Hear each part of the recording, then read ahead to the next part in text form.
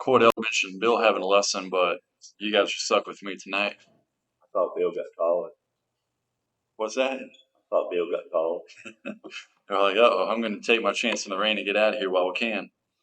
Well, I always appreciate the chance to get up here and share a few thoughts. I hope that this ends up being encouraging to everybody and interesting. Um, Whenever I have the opportunity to talk, I'll often ask, if there's any particular topics that we should go over. And Bill often says, well, why not Melchizedek? He's been saying that for years. So I figured finally talk about Melchizedek. Hopefully that this is interesting. So Melchizedek, if you're a student of the Bible, you know that he's kind of a mysterious character. If you don't read the Bible too much, you might think Melchizedek is just another funny name from the Old Testament.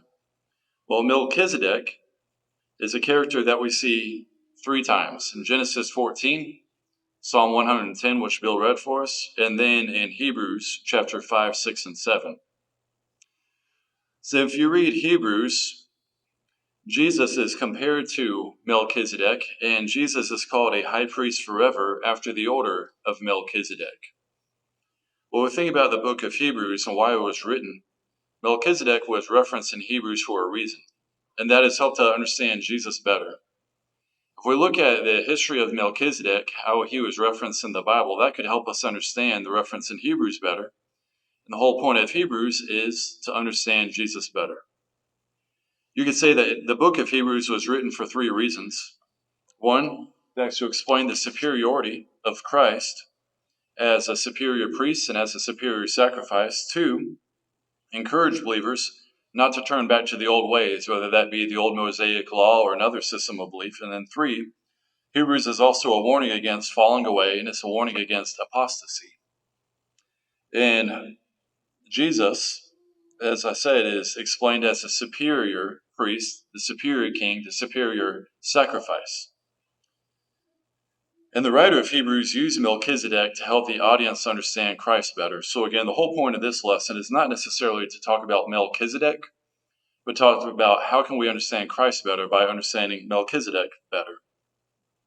So let's turn in our Bibles to Genesis chapter 14.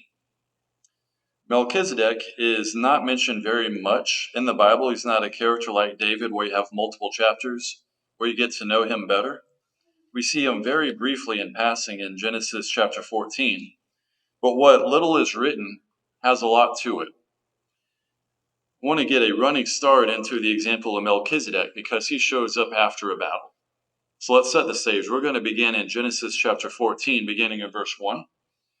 And we're going to read through a lot of names and places, and we're going to explain that. In Genesis chapter 14, we read about a battle where Abram's nephew Lot was taken captive, and then Abram came to the rescue. After the battle, Abram encounters Melchizedek. So let's read just the battle itself. We're going to read verse 1 through 14 in Genesis chapter 14. And we're going to break it down a little bit before we get to Melchizedek. So bear with me, lots of names, but it should be made clear in just a minute. Genesis chapter 14, verse 1. In the days of Amraphel, king of Shinar, Arioch, king of Elasar, Chedorlaomer, king of Elam, and Tidal, king of Gomer, these kings made war with Bera, king of Sodom, Bersha, king of Gomorrah, Shinab, king of Admah, Shemember, king of Zeboam, and the king of Bela, that is Zor. And all these joined forces in the valley of Sidon, that is the Salt Sea. 12 years they had served Chedorlaomer, but in the 13th year they rebelled.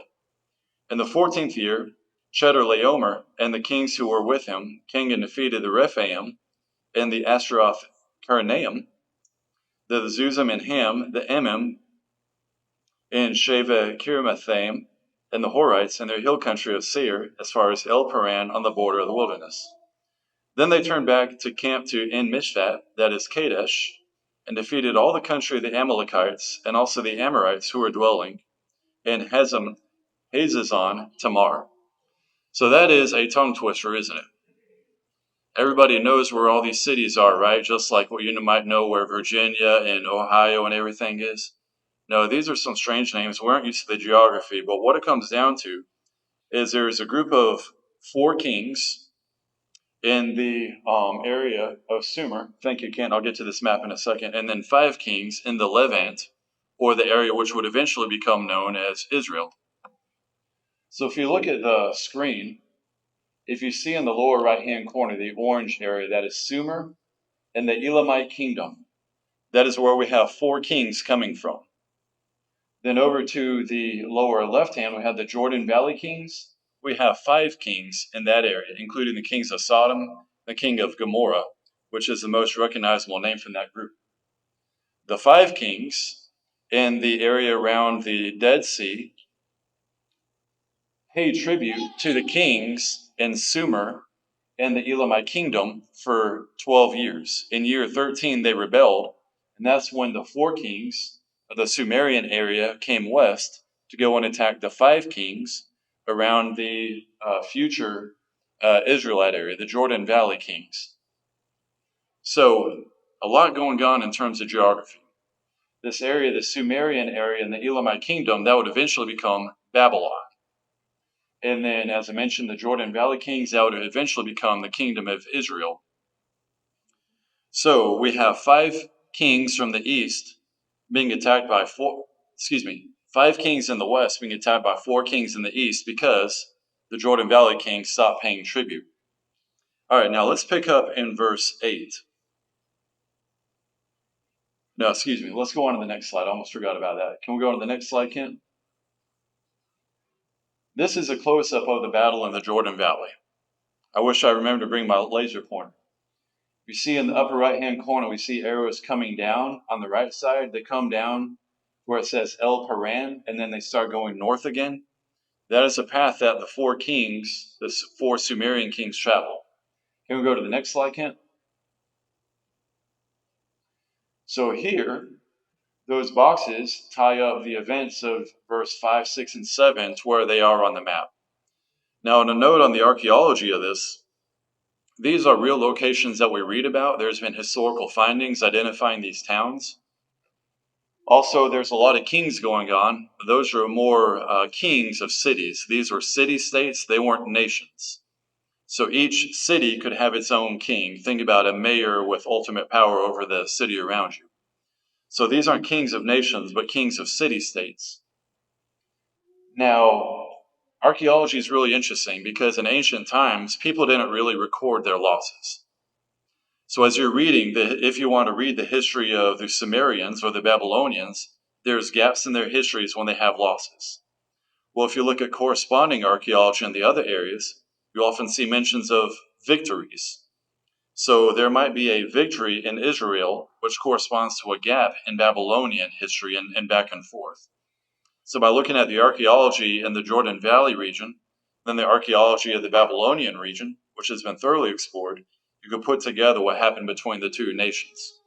So everything that we're talking about, this isn't just a Bible story, but this is real life history which took place, which has been rediscovered by archaeologists. All right, so let's pause there on that screen. Let's continue reading in verse 8. Genesis 14, verse 8.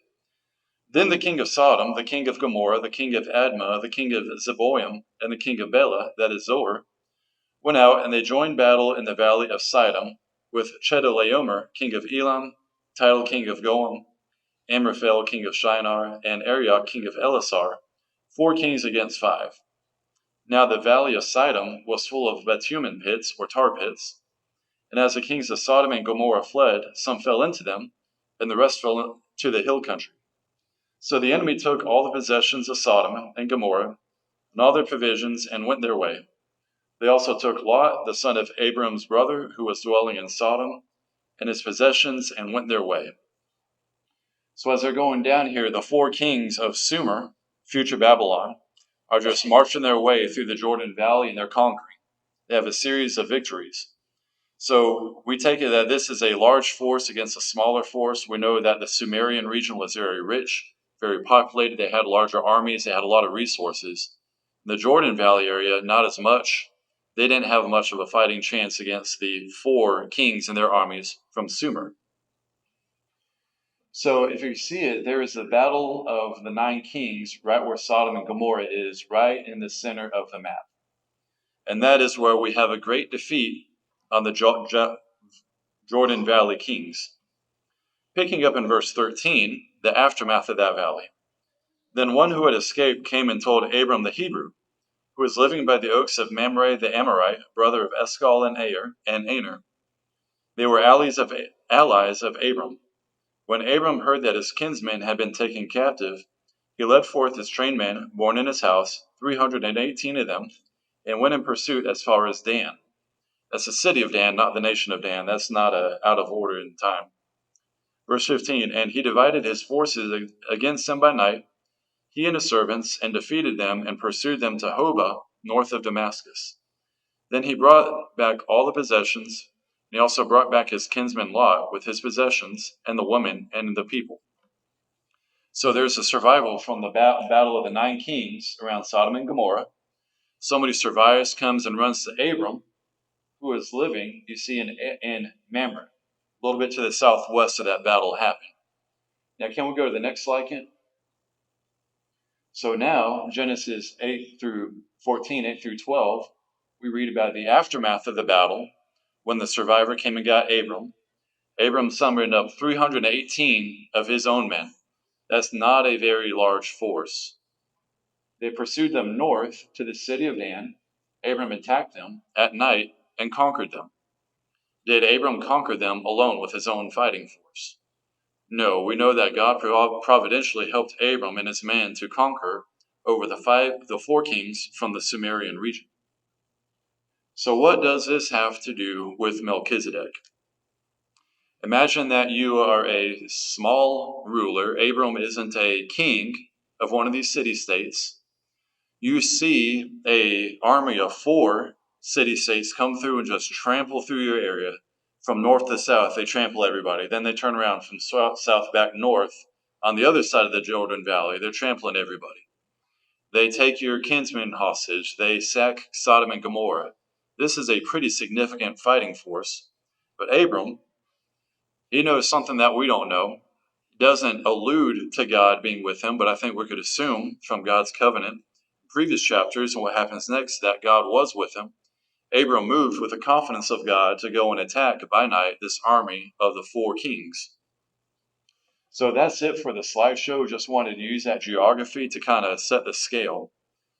Now, after that, what do you think Abram did? You think he had big parades and marched through all the cities and he hoarded all the gold and silver? No, let's read about what happened with Abram, as humble as he is. Verse 17. After his return from the defeat of Chedorlaomer and the kings who were with him, the king of Sodom went out to meet him at the valley of Sheva, that is, the king's valley. And Melchizedek, king of Salem, brought out bread and wine. He was priest of God Most High. And he blessed him and said, Blessed be Abram by God Most High, possessor of heaven and earth. And blessed be God Most High, who has delivered your enemies into your hand. This is the only spoken words of Melchizedek written in the Bible that we know about. And Abram gave him a tenth of everything. So Abram, the conqueror, he came in and he mopped up with his 318 men what an army of 5 nation-states couldn't do. Instead of Abram taking all that glory for himself, he was visited by a priest of God, and he gave a tenth of that to him. That's totally backwards from what we normally see in history, isn't it? Abram the conqueror gives tithes to the priest instead of taking it all for himself. In verse 21, and the king of Sodom said to Abram, Give me the persons, but take the goods for yourself. But Abram said to the king of Sodom, I have lifted my hand to the Lord, God Most High, possessor of heaven and earth, that I would not take a thread or a sandal strap or anything that is yours, lest you should say, I have made Abram rich. I will take nothing but what the young men have eaten, and the share of the young men who went with me. Let Aner, Eshcol, and Mamre take their share. So Abram refuses riches, but he gives that to Melchizedek. He says he's not going to take anything from the battle except provisions that his men needed. That is our first encounter with Melchizedek. So there's a lot of notable firsts in this passage. This is the first mention of Abram being a Hebrew. We know that first God had the Hebrews as his promised people. They eventually became the Israelites, and they eventually became the Jews. So this is the first mention of his special covenant with a Hebrew ethnicity. This is also the first mention of the city Salem, which would eventually become Jerusalem. It was originally a Canaanite city before it was taken over by the Israelites. The name Salem means peace in that ancient language. And then when it became Jerusalem, Jerusalem means foundation of peace or possession of peace. It still became a city of peace, but a little bit more so. So first mention of Salem. We all know how influential Jerusalem becomes. This is also the first major battle where God led his people to victory against all odds. This sets up a pattern that we see in the Canaanite conquest, where Moses leads the people from Egypt. He wins battles, and then Joshua continues leading the people, wins battles against all odds, and then the judges and so on. So this is the first battle where God led his people against all odds to victory. And this is also the first use of bread and wine by Melchizedek. We see bread and wine throughout the scriptures as a recurring motif, and that culminates in Jesus offering the bread and wine during the Lord's Supper, symbolizing his body and blood. So for centuries, there's the symbol of bread and wine symbolizing and setting the stage for Jesus. So from this, what do we know about Melchizedek? Well, he was a pre-Levite priest of God. Before the Mosaic law, there were still priests of God, like Job. They had a personal covenant, like Job, like Abram. We can infer that Melchizedek also had a personal covenant instead of a law-based covenant, which Moses would bring in. So he'd be similar to Job. We know from the book of Job that he led sacrifices for his family. He led worship, and he relayed, the messages and direction from God. So I think Melchizedek would be a very similar character to Job in that sense. Melchizedek would have been aware of God's providence and those chosen by God, and recognized that Abram was also one chosen by God and dedicated to God. I think we could also infer at this point in time he was more spiritually developed than Abram. Abram gave Melchizedek a 10% tithe. That signifies that Melchizedek was higher ranked. He might have known more at that time spiritually, or he might have had a more advanced relationship with God. We don't know. We just know that Melchizedek received the tithe. And even though Melchizedek was superior to Abram in this situation, God had different plans for Abram and Melchizedek. So throughout the Old Testament, we read a lot about one-off characters that might be part of one narrative, and then they move on. We don't hear from them again. But Melchizedek, he recurs just 2 other times in the scriptures. However, as briefly as he's mentioned, he does have a huge theological impact, as we'll see in Hebrews. So now if you'll turn with me to Psalm 110 that Bill read, let's turn from history to application. I wanted to spend extra time going through the maps and the history to really emphasize against all odds. God had a plan, God had providence, and God, through this battle, set the stage for this relationship with Abram and Melchizedek, which would be later used to help us understand Christ. So an encounter almost 4,000 years ago helps us understand Christ better today if we study. I'll mention too that those maps, those were from a site called, let me look it up so I don't get it wrong, the Armstrong Institute of Biblical Archaeology. That's the source for those maps. And that was from an article called Understanding the Battle That Changed the World. I think that's a great title. That is a battle that changed the world. Again, that is the first major battle in the Old Testament where God led the people to victory. And again, after that battle, we have Abram and Melchizedek, who helps us to understand Jesus better today. So Psalm 110, I'm not going to read this whole psalm since Bill read it earlier. But this was an extremely important psalm to the writers of the New Testament. This is the most quoted psalm. It was quoted 15 times throughout the New Testament, and there is 26 allusions to this psalm, if the statistics are counted correctly. This is a Psalm of David. It is written by a king about God's ultimate king.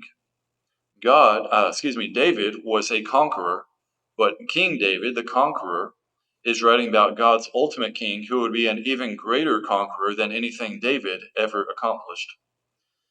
David talks about the one that would sit at the right hand of God, whose enemies would be the footstool, talking about conquering the world, shattered chiefs or kings over the wide earth. He'll execute judgment among the nations, not just one battle or one nation at a time, but all the nations all together. This is a messianic psalm, meaning that it's foreshadowing or prophesying the ultimate king and priest that God would install. Now, there is a lot of warlike imagery in this psalm, talking about conquering and defeating the enemies and making them your footstool. And we know that in the times of the New Testament, the Jews expected the Messiah to come in as a warlike king and conquer the Romans and conquer other nations and reestablish Israel as a physical kingdom. But what's interesting here is in verse 4, it says, "The Lord has sworn it will not change his mind. You," talking about the ultimate king, "you are a priest forever after the order of Melchizedek." This psalm refers to the Messiah as a priest and not just the king. So looking back to the example in Genesis 14, Melchizedek was a priest of God, but he was also king of Salem. And we'll get to that point later on too. So he's a priest and a king at the same time. Psalm 110 prophesies about God's King of Kings, which would also be a priest of priests in that sense. So what did people in Jesus' time think about Melchizedek? Well, Melchizedek is also mentioned several times outside the Bible. We know from ancient writings that there's other discussion in Melchizedek, but there's a wide range of it. Josephus, the historian, talked about Melchizedek as a historical figure. Other writings talk about Melchizedek in a more fantastical sense. For example, Melchizedek is mentioned in the book of Enoch. If you've ever read Enoch, that is a book of Apocrypha. That's not part of the Bible canon. And it is all sorts of kind of far out cataclysmic poetry about the end of the world and angels and demons and stuff. And Melchizedek's mentioned in there is a lot more fantastical and not as historical based. We could look at the writings of antiquity and get an idea of what did the people during Jesus' time think about Melchizedek. How did they understand Melchizedek, and how does that tie into the writings in Hebrews? So from historical writings, we could infer that this is how the Jews saw Melchizedek. They saw him as a historical figure, appearing after the first major battle led by the first major patriarch. That's the Battle of the Nine Kings and Abram's battle, led by the first patriarch, Adam. They saw him as a king, but more than just a physical king. They saw Melchizedek as a spiritual king. They saw Melchizedek as superior to the first patriarch, Adam, because of the tithing. They saw Melchizedek as being one who received a direct revelation from God, like Job. Somebody had a personal priest relationship with God, again, like Job. They saw him as having a reputation of holiness and power. However, they recognized that he was of Canaanite descent, not of Hebrew descent, like Abram was. And at that time, you can't say he's an Israelite because that's before Jacob, who became Israel. And that is long before the Jewish term, which happened after the return from exile. So Melchizedek was also associated with the Messiah because of Psalm 110. The Jews during Jesus' time, again, they revered Psalm 110. That was the most commonly quoted book in the New Testament writing. So Melchizedek was a known figure. But they didn't know much more about him. They didn't know when he began or ended. They didn't know his genealogy. They didn't know who came before him or after him. They didn't know his sons or his father or anything like that. So the Jews during Jesus' time saw him as a historical figure, a spiritual leader, but there's also a lot of unknowns. And I'm not even going to go into the more fantastical writings. So when we get to Hebrews, the writer of Hebrews was writing to the early Christians for three reasons again: to explain the superiority of Christ as priest, king, and sacrifice, to encourage them not to turn away, and to warn them against apostasy. So how does Melchizedek help the Hebrew writer make those 3 points? So the first mention of Melchizedek is in Hebrews chapter 5, verse 6. The context is in Hebrews chapter 14 through chapter 5, verse 10. Christ is explained as being the superior high priest. I'm just going to read a few verses for the sake of time. Hebrews chapter 4, verse 14, if you'd like to read along. Since then we have a great high priest who has passed through the heavens, Jesus, the Son of God, let us hold fast our confession. For we do not have a high priest who is unable to sympathize with our weakness, but one who in every respect has been tempted as we are, yet without sin. Let us then, with confidence, draw near to the throne of grace, that we may receive mercy and find grace to help in time of need. So Jesus was a sympathizing high priest who went through weakness and who went through temptation. But the difference is he could sympathize with us, but he didn't fall prey to that temptation. He stayed above that, but he is still sympathetic, and he is superior to us. Jesus is a high priest that offers a sacrifice, but he does not need that sacrifice for himself. Whereas the other high priests, whenever they made sacrifices, they'd be making the sacrifices for themselves as well, since they were sinful. Now we're talking about the Levite high priest. Just want to be clear on that. So we begin this passage. The narrative is talking about the superiority of Christ as the high priest. So in chapter 5, verse 5, so also Christ did not exalt himself to be made a high priest, but was appointed by him who said to him, "You are my son, today I have begotten you." And he says also in another place, "You are a priest forever after the order of Melchizedek." There's Psalm 110 being quoted. In the days of his flesh, Jesus offered up prayers and supplications with loud cries and tears to him who was able to save him from death, and was heard because of his reverence. Although he was a son, he learned obedience through what he suffered, and being made perfect, he became the source of eternal salvation to all who obey him, being designated by God a high priest after the order of Melchizedek. So here we had that reference. Hebrews chapter 5 references Psalm verse 110, which references Genesis 14. We have a high priest superior to Abram, the founder of the Jewish branch would become the Israelites following the Mosaic law. This mysterious priest who was superior to their first patriarch, who was in the aftermath of the first major battle that God led his people to victory in. So Jesus is a priest in the order of Melchizedek. Well, that might tie together some historical things, but theologically, what does that mean to be in the order of Melchizedek? Well, let's get to that. There is a break in the passage about the priesthood from Hebrews chapter 5, verse 11 till about chapter 6, verse 12. The writer changes focus and talks about a warning. He warns us against a lack of growth. He says we should be teachers, but right now we're still relying on milk. We can't take the solid food. He goes through some warnings against weakness, against not developing, against not growing. At the end of that passage of warning, at the end of chapter 6, the writer ends that warning by referring back to the certainty of God's promise and saying, because of this warning, take heart that Jesus is the superior priest following up Abram and Mosaic priesthood, and then references Melchizedek again. So Hebrews chapter 6, verse 19, after the warning, remember your hope. He says this, we have this as a sure and steadfast anchor of the soul, a hope that enters the inner place behind the curtain, where Jesus has gone as a forerunner on our behalf, having become a high priest forever after the order of Melchizedek. So the writer of Hebrews gives us a warning. Don't be weak. Don't not grow. Don't fall away. But have hope in the priesthood, started with Abram, developed over time, but culminating in Jesus, who is in the order of Melchizedek. Again, Jesus is a priest after the order of Melchizedek, but what does that mean? We're about to get to that in chapter 7.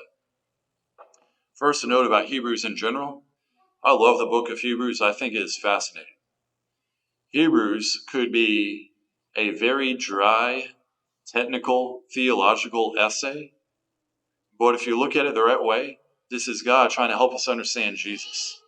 God is trying to help us understand why Jesus is better than any of the other spiritual sources in the world.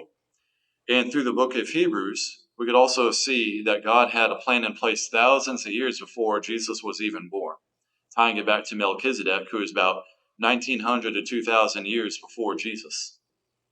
So this is a culmination. All right, chapter 7. This is where, after Jesus is called a high priest after the order of Melchizedek, it's finally explained what does it mean to be in the order of Melchizedek. So the whole chapter 7 is about this, but I'm not going to read the whole chapter 7. Let's just read the first 3 verses at a time. Chapter 7, verse 1. For this Melchizedek, king of Salem, priest of the Most High God, met Abraham, returning from the slaughter of the kings, and blessed him. And to him Abraham appointed a tenth part of everything. He, Melchizedek, is first, by translation of his name, king of righteousness. And then he is also king of Salem, that is, king of peace. He is without father or mother or genealogy, having neither beginning of days nor end of life, but resembling the Son of God, he continues a high priest forever. So a couple things here. First, Melchizedek was a king of righteousness. He wasn't just king of a region, he was a spiritual leader. He blessed Abraham, he received tithing from him. Just like Job being a pre-Levite priest, Melchizedek was a holy, righteous man. He was not just king of the area, but he was a king of righteousness. And as he led his city-state, he would also lead them spiritually. He was a righteous king. He was a spiritual leader. Jesus is the righteous king. Jesus is our spiritual leader. He is a manifestation of righteousness. So as Melchizedek, the priesthood of Melchizedek involved him being king of righteousness and being a spiritual leader, the priesthood of Jesus, the kinghood of Jesus, is not just the example of righteousness, he is the manifestation of righteousness, being Son of God. He is not like a righteous person, like we try to be like a righteous person. He is righteousness. He is the essence of it. I hope I explained that well. He is the essence of righteousness. He is not just like righteousness. Secondly, the writer of Hebrews says he is the king of Salem, that is the king of peace. Remember the name of Salem. That is a pre-Hebrew word that means peace. The word shalom evolved from Salem. Jerusalem, again, means the possession of peace or city of peace. So Melchizedek, being of king of Salem, was also king of peace. Salem did not take part in that war. At that time, we say that Salem was a peaceful city. Perhaps it was the influence of Melchizedek, king of Salem, king of peace, that helped them to avoid that war and all that suffering. So likewise, we know that Jesus is the king of peace. Jesus will right all wrongs eventually. He will reward the faithful in the next life, and he will make sure that the transgressors, the unrepentant sinners, the wicked will get what they deserve too, will get their justice. No matter what happens in this life, Jesus is a king of peace. He doesn't always bring peace on the timeline that we want, but his focus is on spiritual peace, a spiritual peace that comes from the hope and joy of knowing him. Jesus isn't going to bring us physical peace where we can sit around and comfort all day, but he brings us spiritual peace, which is eternal, which lasts a lot longer than any physical peace that we could hope for in our short lives. So just as Melchizedek was king of peace, king of Salem, the city of peace, avoiding wars, Jesus is also the spiritual king of peace, who will bring us eternal spiritual peace if we continue to be his citizens. Verse 3. Hebrew writer says that Melchizedek is also without father or mother or genealogy. Now we know that Jesus had a genealogy of his physical parents. We read that in the beginning of Matthew. But we also know that that was more for the sake of prophecy and for the sake of Jewish culture at that time, which loved genealogies. You read through the Old Testament, there's chapters and chapters of names that you'll see once and never hear about again. It doesn't mean much to us, but it means a lot to them because they could trace their history. Even now, you have a lot of people that trace their family trees back centuries. It's important to them. That's not as important to God, but the significance here is Melchizedek was a priest without having a esteemed lineage. A lot of the Levite priests would trace their way all the way back to Aaron, the original high priest. Well, Melchizedek, he didn't have any predecessors or any successors. We don't know who came before him or who came after him. In that sense, he was without father or mother or genealogy. Now, the Hebrew writer isn't talking about Melchizedek literally didn't have a father or mother, but figuratively because we don't know that history. It wasn't important to the Bible narrative, therefore, the genealogy of Melchizedek is excluded. So similarly, Jesus, we know that he had a physical mother and father, but that doesn't really matter because we know that the true father is God. We know that God brought him here, and regardless who came before him or after him, Jesus was here at the right time and the right place, and he wasn't put in place because of his genealogy. Jesus wasn't the Son of God because of, the line of David. That was prophecy, but that wasn't the requirement. God included that prophecy for our own good and for our own believing, not because that just had to happen magically. So just like Melchizedek didn't have any predecessors or successors, Jesus doesn't have any predecessors or successors in his priesthood. He is the ultimate high priest. There's none that could come before him to meet him. There's none that could come after him to be at his level. Verse 3 also mentions neither beginning of days nor end of life. Again, literally, that doesn't mean that Melchizedek was immortal. He was never born and never died, but that is excluded from the record. We don't know when Melchizedek was born. We don't know when he died. It wasn't important. Well, for Jesus, we know that he had a physical birth and a physical death, but we also know that Jesus was with God from before the world was made. Jesus was before this world ever existed. Jesus will exist after this world is over. So as figuratively, Melchizedek didn't have father or mother or beginning or end, and is endless, literally, Jesus doesn't have a beginning or end, but exists for eternity, both before this world and after this world. Verses 4 through 10. I'm not going to read all these verses, but verse 4 says, "See how great this man was to whom Abraham, the patriarch, gave a tenth of the spoils." The passage in verse 4 through 10 talks about Melchizedek was superior to Abraham because Abraham paid tithing to Melchizedek. So just as Melchizedek was superior to Abraham, Jesus is superior to the priesthood of Aaron. Jesus is superior to the patriarchy of Abraham, and Jesus is superior to the priesthood of Melchizedek. So there is a hierarchy that's established here. Jesus is greater than all. We read about a succession in the hierarchy and the priesthood. Jesus is above all that and without comparison. Jesus is ultimately superior. Now, it also mentions Abraham being a recipient of the covenant. Abraham received the covenant from God, but Jesus, being God, is the originator of the covenant. God gives what Abraham receives. God gives what we receive. Jesus gives what we receive. We can't ever give anything to Jesus because he is so far superior to us. The only thing that we could give is our dedication and our service. For the sake of time, I'm going to condense this a little bit. If we jump down to verse 23 and 24, I'll make my final point and begin to wrap up. Verse 23 of Hebrews chapter 7, "The former priests were many in number, because they were prevented by death from continuing in office." Well, that's a little statement. You can't hold an office forever if you die. So the priesthood continued one after the other as there was death. Contrast that with verse 24. "But he," Jesus, "holds his priesthood permanently because he continues forever. Consequently, he is able to save to the uttermost those who draw near to God through him, since he always lives to make intercession for them." For it was indeed fitting that we should have such a high priest, holy, innocent, unstained, separated from sinners, and exalted above the heavens.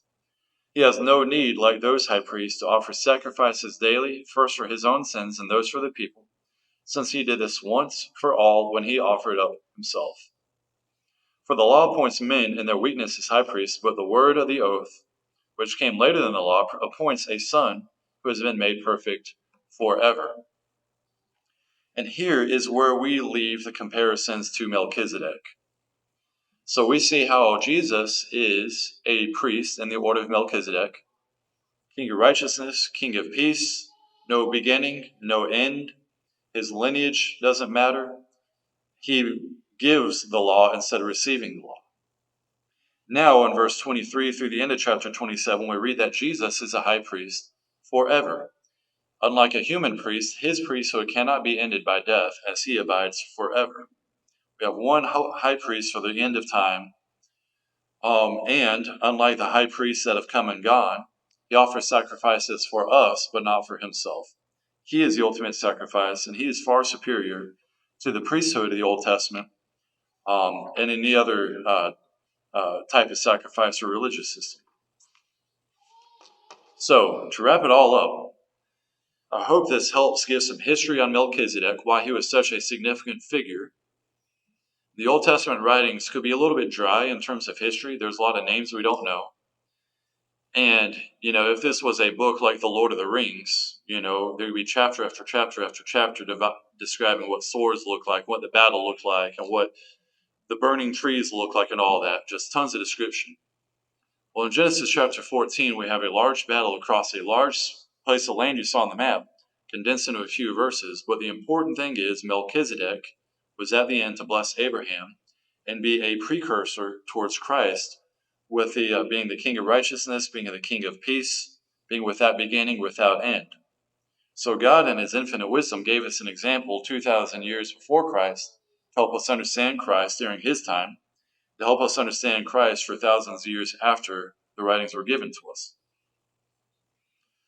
So, Melchizedek, he also brought bread and wine after God led his people to victory. Now, Jesus used bread and wine as a symbol for his body and blood. He gave us that memorial before he went to his ultimate victory. Jesus won the ultimate battle, and that's greater than any battle against a physical enemy. He won the battle against death and sin, and that is a battle which none of us can fight. We could be in Jesus' army, but that doesn't mean that we fight a battle. That means that we need to win our own spiritual personal wars against temptation and against sin. Melchizedek brought bread and wine. This imagery was used throughout the Old Testament. Think about the critical times where bread and wine was mentioned, or blood and bread, or different iterations of that. That all foreshadows Jesus using bread and wine to help us remember his body that was given for us. Now, another key point is Jesus is priest and king. In the old law, the king could never be a priest, the priest could never be a king. The kings, at least the Judean kings, the line of David, all came from the tribe of Judah. That was the tribe of the kings. The priests all came from the tribe of Levi. That was the tribe of the priests, as was set up by the law. Well, Jesus broke this pattern. His priesthood and his kingdom, his kingship, transcends lineage, transcends genealogy, transcends the old law. Jesus broke this pattern to become both priest and the king. He is a priest. He offered the ultimate sacrifice for us, even though he didn't need it for himself. And Jesus gives us righteousness because he is righteousness. He gives us hope and joy and purity because he is all those things, and he administers God's law. He is also king. He is a king over all life and creation, not just one city or one nation. He is a king who has led us to the ultimate victory over death and sin. He has won the ultimate battle. And as our spiritual king, he continues to guide his people to salvation. He continues to guide us if we would only follow his way that he left for us. So I hope this lesson is interesting and encouraging. The fact that 4,000 years ago there was a battle that changed the world. That battle was the first of many that God led his people to victory in. That battle also led the way for Melchizedek, who helps us understand Jesus better today. So Jesus is a king and priest. He is a king of peace and righteousness. He is a priest of all righteousness. He is a priest of the ultimate sacrifice. He is one that saves us and leads us to victory today. And that victory is just as relevant now as it was 2,000 years ago when he walked this earth. It is a great privilege to be a Christian, as to be a member of Christ's nation. It is a great privilege to be in his kingdom. As that kingdom, we have members all over the world. We aren't united by our lineage or ethnicity or anything, but we are united by the fact that we follow Christ and we put him first. With that privilege comes the opportunity to follow the plan of salvation. It's an opportunity to pray together. It's an opportunity to worship and encourage together. There's all sorts of blessings that come from our shared kinship in the kingdom of God. So at this time, we're going to have the song of invitation for anybody that needs prayers or encouragement, or anybody that needs to offer themselves to follow the plan of salvation. If there's anybody with that need, let's let that need be known now as Cordell leads us in the closing song.